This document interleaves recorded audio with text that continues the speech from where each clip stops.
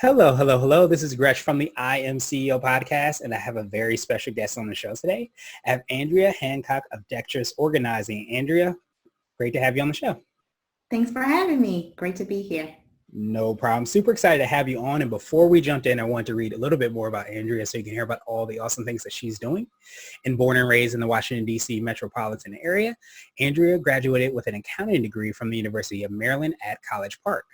An active member of the National Association of Productivity and Organizing Professionals since the start of her business in 2010, she works with her team to help their clients to work hands-on with their clients from strategy, implementation, and for those who are open to creating positive change, organizing, coaching. Andrea, are you ready to speak to the IMCO community? Absolutely. Let's do it. Let's do it. So to kick everything off, I wanted to rewind the clock a little bit, hear a little bit more about 2010 or even sooner, and hear a little bit more about your CEO story. What led you to get started with your business? Well, I love business. I love entrepreneurship. And I didn't think that would be, I'm pretty much a creative, but I have this, logical, serious side that loved accounting. And that's kind of ironic because I hated math throughout my educational history. But my mom was actually the one who kind of pushed me into accounting. And the only reason I did it is because when I was in high school, they had a business program where in your senior year, you went to school half a day and then you had to go find a job in an office. Cool. And so I kind of minored, if that's not the correct term, but in high school, I took accounting and I was just like, okay, this is not too bad. And I kind of stuck with it and I pursued that at the University of Maryland, R.H. Smith School of Business. Mm-hmm. And it was funny because a lot of people started off in the accounting track in college, and that accounting 101, like, people drop like flies, but I thankfully took it in high school and already realized that I liked it and then survived and actually got a degree in accounting. And I started there for a while, but even when I was in college, I was in the entrepreneurship club. And that's actually something we students started. And now that I think about it, I was the only female and the only Black person in that club. Trailblazer. But yeah, and actually in high school, the superlatives in your high school yearbook, I went back and I was voted the most likely to be in business. Oh, really? That's awesome. It's so weird because no one in my family, in my immediate family, are business owners. Yeah. So anyway, I tried a couple of like direct sales things, and actually those, I won't poo-poo on those. I think those are a great way to get started in business, especially when they help you to focus on a business mindset. So I read a lot of books during that phase in my business history of like Rich Dad, Poor Dad, How to Win Friends and Influence People. And those really changed my mindset because I think, not to get too philosophical here, but school and kind of indoctrinates you to be an employee, to work for somebody. So those books help kind of get other wheels spinning and help you to understand that it's not an easy road, but it can be done. Yeah, that's extremely powerful, and it's so funny to kind of see that. Especially, I know Robert Kiyosaki talks about that a lot with Rich Dad Poor Dad on how the school system, I guess to some degree, can help to create more and more employees, not necessarily entrepreneurial people. So it's great to hear. Obviously, you've been able to kind of build that, and I feel like have that balance because I think accounting would probably be a disciplined kind of thing to study, but you have that creativity side, and to be able to kind of merge the two of those and to be able to help out your clients sounds like that's definitely, something that sets you apart and can make you unique.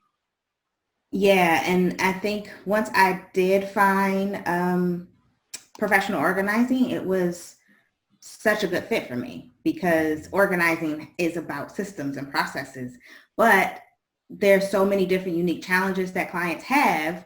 Not everyone's is the same. And that's the beauty about organizing is, we customize systems because people think differently, their situations are different, the timing is different. So we have to really be creative in problem solving. So I love both sides of that. Yeah, that's extremely huge. And I remember like there's this quote, I can't remember if we talked about this when we first connected, but the systems will set you free. And I think so many times when especially as creatives, sometimes we can resist against those systems. But in reality is when you have those systems in place, it allows you not to worry about those things. And then so you can really focus on the creative aspects and really give your all into it. So I absolutely love that you do that. So for people that maybe aren't as familiar with organizing what exactly that is, could you take us through exactly how you're working with your clients and how exactly that process goes? So one of the first books I read when I started my professional organizing career was Organizing from the Inside Out by Julie Morgenstern. And she also is a creative. She's a New Yorker who was an actress initially. And before she started in the organizing profession, her friends would not have thought she would be an organizer. She was, creative, kind of spontaneous, all over the place. And one day she wanted to go out with her daughter, and she wanted to pack her, diaper bag. And it was, she couldn't find this, she couldn't find that. And then she, started to organize the things. And then she realized, this is how you organize. Like she actually put up like a system and process to it. So the acronym she uses, and you'll see different variations of this in different organizers or in different books you might read, but it's sort, purge, assign a home, containerize, equalize, and it spells space. And so you can use those principles to organize a wallet, to a garage, to an attic, to your office, and basically you're editing out the things you don't need. You're putting together the things you do. Then you're finding the best place to store things based on how you use them. And then contain them based on that usage as well. Labeling is also a pretty useful tool to have in that. And then the equalizing piece is the maintenance. So I remember you saying you like what I said, it's not about the bin, it's about when. Yes. So that's a lot of times where the wheel falls off the cart for a lot of people is they can get organized, but they can't stay organized. And a lot of that has to do with productivity and when you do things. Yeah, that's extremely powerful. Yeah, that was one of my favorite quotes when we connected. And I think, so many times as, busy, especially entrepreneurs and business owners that are listening to this, you're juggling so many different things and not realizing sometimes how being disorganized can really hamper your productivity and really hamper your ability to do the things of why we created our business to be able to provide our products and services. And I think so many times we can, get caught into the process of it or getting caught of looking for things when in reality we want to spend time on our business. But I know that one of the things that you mentioned as well too was that it's not as much, I guess you spend a lot of time making sure that you understand the person, it sounds like, exactly how they would optimally have their things organized and so that they're able to kind of be more effective and efficient, it sounds like. Absolutely. So there may be people who are neat but not organized. And there may be people who they appear to be messy, but they're a little bit more organized because the definition of organized is finding what you need when you need it. So the person who is neat and, you come in and everything's off the counters and are put away. They may be in drawers. They may be in cabinets, in files, and they still don't know where anything is. It's just put away. So it still lacks a system. And then you might have that person who's creative and they may have, sticky notes all over the wall and they might be color coded and it may look like a lot's going on, but if you were to ask them, well, where is X? They could put their hands on it within 5 to 10 minutes.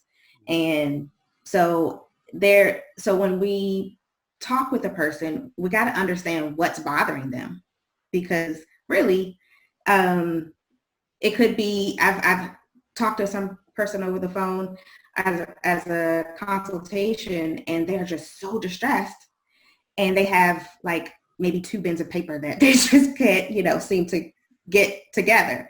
Whereas you have some people that say, oh, I just have a room that just needs some attention. And you go over there and like, not just that room needs attention, so it's not only about, the system, but how do you function in the system? How does it make you feel? How does it make you productive? Because, that's, the part about being organized is also about being human. And I even think about myself, like I'm gonna be 100% transparent. I had a bag. My husband and I just moved into this home maybe 6 to 9 months ago. Mm-hmm. With COVID, I don't know where in relation we are at the time. Mm-hmm. But there was this one bag that I just was like, I'll get to it. I've put everything else away. I'm like, and weeks go by and I'm just like, you know what? I'm going to tackle this bag. This morning, it took me 5 minutes to organize it. 5 minutes, and I was putting it off for months. So it's about that human piece that sometimes we just can't get over. Mm-hmm. And so a lot of times with some of our clients in that sort and purge piece, it's the decision-making process that they just need help with. And you mentioned in my bio that we did organized coaching, and I took several courses to be trained as an organizer coach, because a lot of the times it's about awareness, because when you coach, you see the person as naturally creative, resourceful, and whole. They have the answers, and a lot of times they think we have the answers, but they have the answers, because when I leave a person's home or office, they're going to have to find what they needed. And not me imposing, this is how it should go.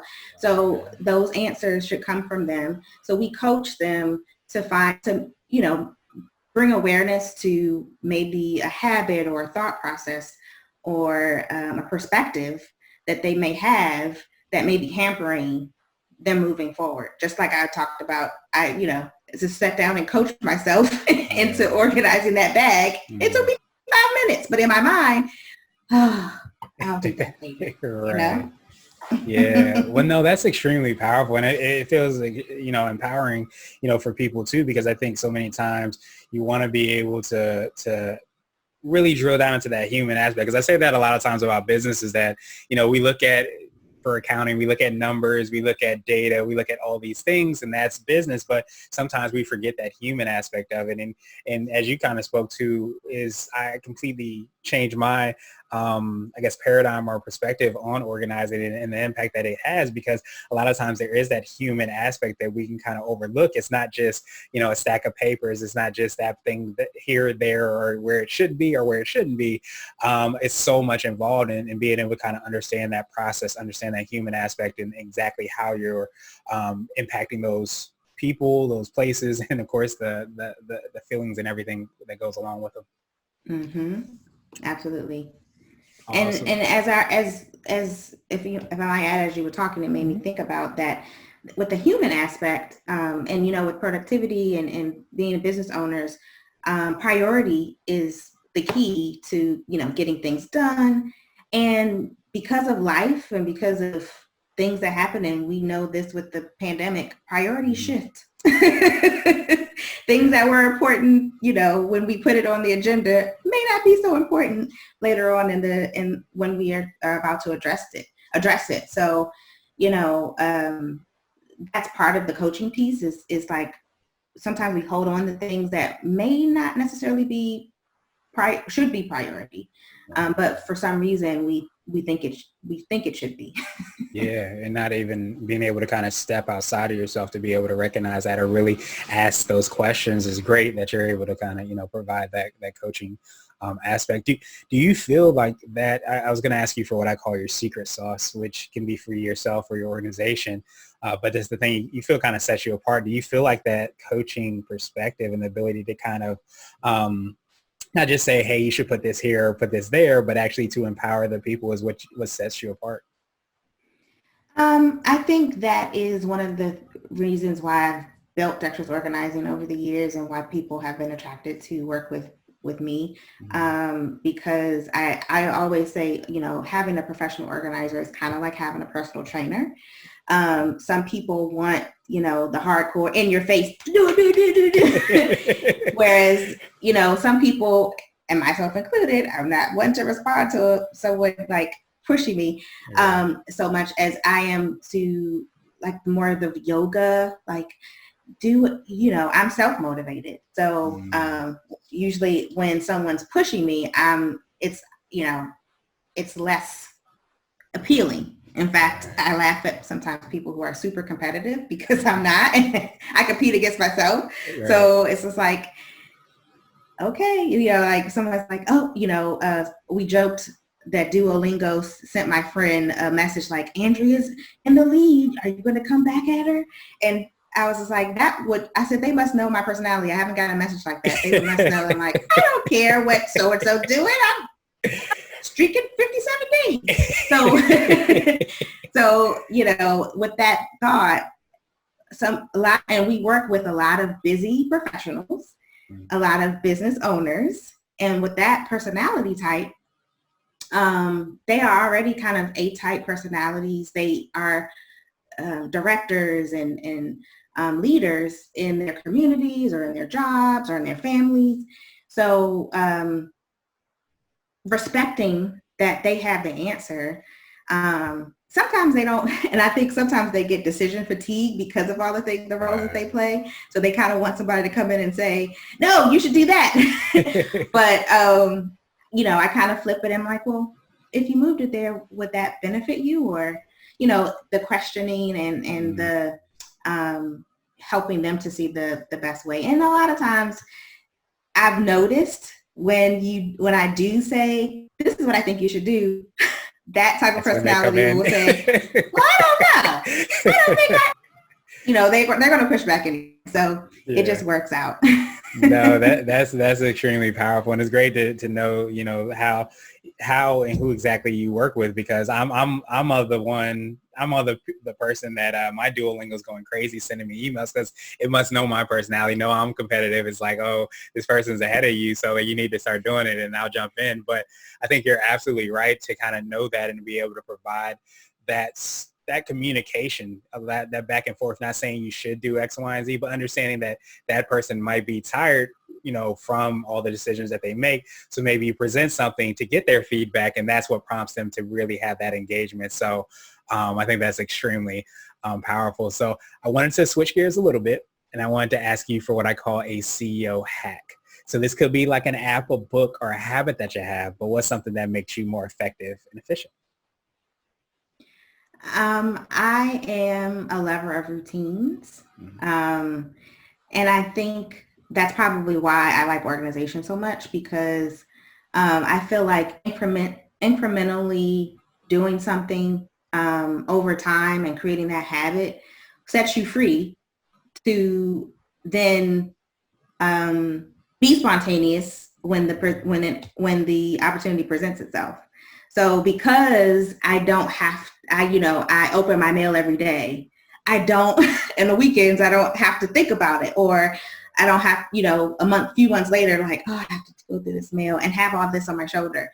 Or because I do my Duolingo every day, you know, I don't have to spend, you know, a lot of time in a classroom taking a Spanish course.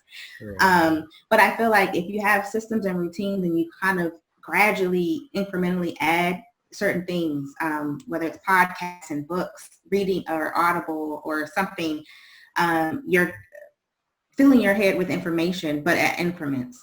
And the same can be with certain habits. I think a lot of my clients suffer from all or nothing thinking. And it, you know, it's like, if I can't clean my whole office or organize my whole office, I'm not going to organize anything. And so that can be a hindrance actually than helpful. So I think having a routine where you say, well, let's work on the incoming items and then I'll work on the backlog incrementally. Because sometimes it just could be, you really don't have the time or energy to actually do eat the whole elephant at one time. Right. So I think having that routine, and it goes back to when, not the then.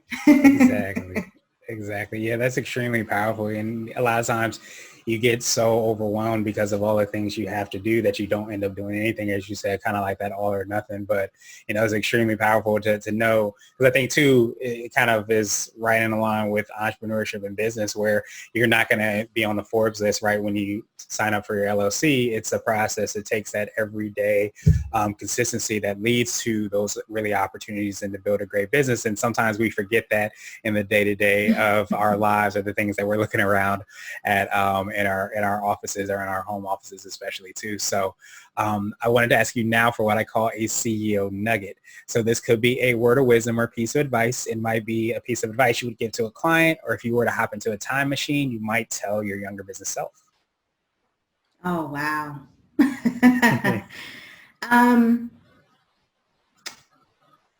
Wow. That's deep. What would I hop into a time machine and tell myself?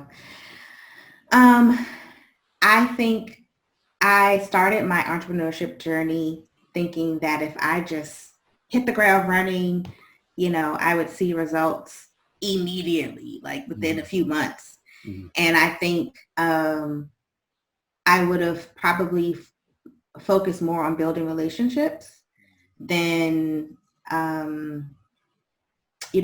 spending a lot of money on, say, someone trying to tell me that, oh, if you work with me, then you'll be making six figures in like 4 months. Right. And it's like the lottery. Some people it may work for, but I think going back to the routines, and if I had just perhaps stuck to a guru, just one, and not just trying to gobble, I got to read this person, I got to look at this, and I got to do that. Just stick to one system and really mastered it and hone it down. I think I would have not have spun my wheels so much in the beginning. Yeah, that's extremely powerful. And I think so many times, as you said, you hear those gurus saying you do X, Y, and Z, and then you'll be, a seven-figure earner in no time. And you hear all those things. I think you can drown in doing so many different things at the same time. You don't really get that opportunity to kind of, for one, see the results of the work you put in, because it is an instant. But I think too, it's hard to chase more than one rabbit at the same time. So that's extremely powerful. And I think too, like one of the things that I always said is that once you start reading about people that are successful, you realize that there's, as you said, there's sometimes there's lottery winners, but very more often than not, it's those people that take 10 years to become an overnight success, or take 20 years. It's that constant kind of beating at your craft and being great at what you do that really leads to success, not the overnight that sometimes we hear, and sometimes gurus will tell us that we can do as well. Absolutely. Awesome. So now I wanted to ask you my absolute favorite question, which is the definition of what it means to be a CEO. And we're hoping to have different quote unquote CEOs on the show. So Andrea, what does being a CEO mean to you? For being a CEO means to me being the chief executor of your life. I feel like, most entrepreneurs would gladly work longer hours, not to work less hours for someone else. And oh my goodness, I've learned so much over the years. It's been a wonderful journey. And but most of all, I think I really, it took a while, but just enjoying the flexibility that entrepreneurship gives you. Now, granted, I do have to sacrifice sometimes, and work when I don't really necessarily want to work. But as I grow and set those boundaries, which is actually another organizational tool, and just being better at setting boundaries, you find that when you feed yourself, and that was one thing I probably would tell my younger self, or my younger self when I started my business, is doing self-care and feeding yourself gives you better tools, and it actually sharpens your tools to be more successful. So I think coming to know that CEO means that I can have an enriched life on my terms. That's extremely powerful. And you're absolutely right. Because I think, so many times, especially when we're giving so much of ourselves and we have service-based businesses or we have team members or employees or so on and so forth, you give so much of yourself, we kind of sometimes forget ourselves. But when we are able to, feed or fill up our cup, feed ourselves, it allows us to be even more impactful. It allows us to, again, as you said so well, be able to live and create the life that we want on our terms. And it's really, really difficult to do that unless you feed yourself and make sure that you're well fed. So truly appreciate that perspective and that definition. I appreciate your time even more. What I wanted to do is pass you the mic, so to speak, just to see if there's anything additional you can let our readers and listeners know. And of course, how best people can get a hold of you and find out about all the awesome things you're working on. Well, we can be found at Dexterous Organizing, DEXTEROUS organizing.com. And we have our blog there. When there's events, they'll be posted as well. We are both I'm on Twitter, and my company is on IG at the handle at @B_Dexterous. Awesome. And we will have the links and information in the show notes just so that everybody can follow up with you. And you can work with people in any area or just in the DC, Maryland, and Virginia area? Well, right now, we have been working with some clients virtually. So at that point, yes, we can definitely work with people in multiple areas or different areas outside of the DMV. And we do provide moving and relocation services. So if a client is so in love with our move management systems here and that they're moving out of the area, sure, we'll travel. There you go. Well, awesome. Well, I'll definitely have that information in the show notes as well. But I truly appreciate you again, and I hope you have a phenomenal rest of the day. Thank you. You too.